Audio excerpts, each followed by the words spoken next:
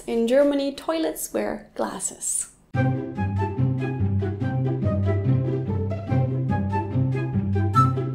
Hey Rabbits, it's Trixie, and today I would like to talk to you about some German terms for clothes, which are funnily enough also used for some other things, such as descriptions of nature or food. This may seem like a really specific and odd-sounding topic, but I simply stumbled over it, and I think it once again proves that language is creative and fascinating and full of fun things to discover. That words have interesting backgrounds, making you invent your own little stories for them. So here are some German words that I picked, connected to clothes without being clothes, and the stories for them that came to my mind. First up, das Nervenkostüm, literally meaning the nerves costume, and it describes the mental or emotional state of something.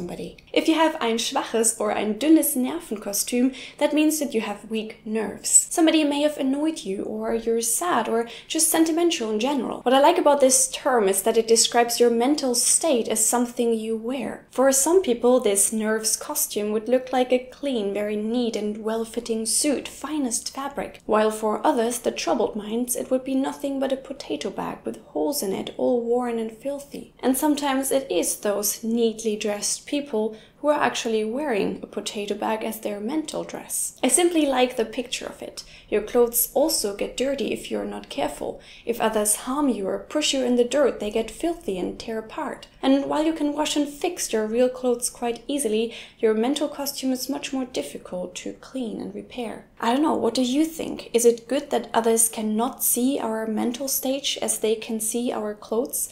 That we can hide under our clothes what we feel inside? Or would it be better if our emotional state would be visible to all of us, because that would raise awareness for mental illnesses? I'm really twisted concerning this question, so maybe we can discuss in the comments a bit. Second word, die Windhose, which is a tornado in German, and it literally means the wind pants. I know it doesn't actually derive from die Hose, meaning the pants, but more like die Hose, which is also an old German word for der Schlauch, the hose, but I just like to see it that way. I just love the idea of the wind-wearing pants made out of swirling air coming down from the sky and demonstrating its devastating force. It's basically a kick in the ass by nature, with a real leg wearing pants made out of wind. So also with Hose, meaning pants, I think that's a perfect term for it. Furthermore, in German you can call the plumage of a bird das Federkleid, the feather dress. Tell me that's not a super cute term for it. I feel like the word Federkleid values the beauty and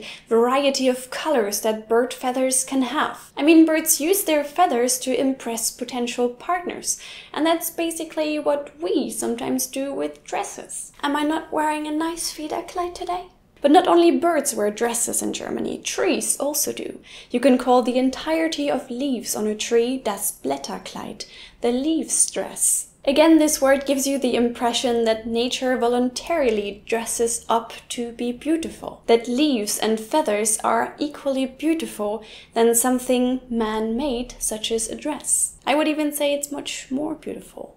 The only problem I have with das Blätterkleid is that I don't know how to explain what happens in winter in this context. Old trees suddenly undress and are then covered by some white stuff. Well, rabbits, time for your own stories. Help me along. The next word I want to talk about is what Germans say to the top of a mushroom. It's called der Pilzhut, the mushroom hat. And I also know that you call it mushroom cap in English, but that doesn't make Pilzhut less adorable. Isn't it cute to imagine that mushrooms are little men standing around in the forest wearing their favorite hats? They like all express their very unique personality with different shapes of hats. Many of them are lovely and have good taste, while others have a pretty toxic behavior. Good taste, toxic behavior. Did you notice what I did there? And then there's the awesome German word die Klobrille, which means the toilet seat, but it literally translates to the toilet glasses. Yes, toilets wear glasses in Germany. I mean, yeah, with a bit of fantasy, I can see a resemblance between a toilet seat and glasses, even though it would be like one-eyed glasses. The only thing I wonder is, if I wear a toilet with bad eyesight, would I want glasses improving it, given all the things I have to see all the time? Wouldn't toilets rather choose to be blind? All right, toilet, put your glasses on. Here comes my butt. That was disturbing. Poor toilets. The last German word I would like to present to you today is der Fingerhut, which is a thimble, but it literally means the finger hat. Isn't this the cutest thing ever? This word is so adorable, and it is so true at the same time. When sewing, your finger is a construction worker, and it needs to be protected by a hard hat. A finger hat! Countless times I've hurt my fingers while sewing something, a hole or whatever, when I had to repair clothes. But this was just because my finger wasn't wearing a helmet. Same as you wearing a helmet when you go somewhere by bike. Your finger deserves one when you're sewing.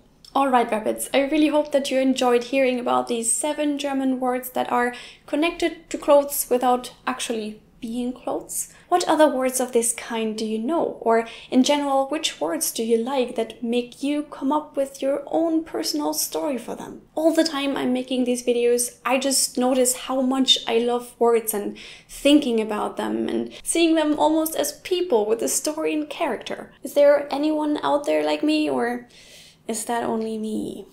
I really hope that you enjoyed today's video. If so, please leave a thumbs up, because that would make me really happy. If you want to watch another video of Don't Trust the Rabbit, you can find one right here. You can also follow me on Twitter, Instagram and Facebook, or even support the channel on Patreon. This would really mean so much to me. Now I wish you all a very beautiful day. Check out my other videos if you'd like to, and hopefully we are going to see each other in my next one. Bye!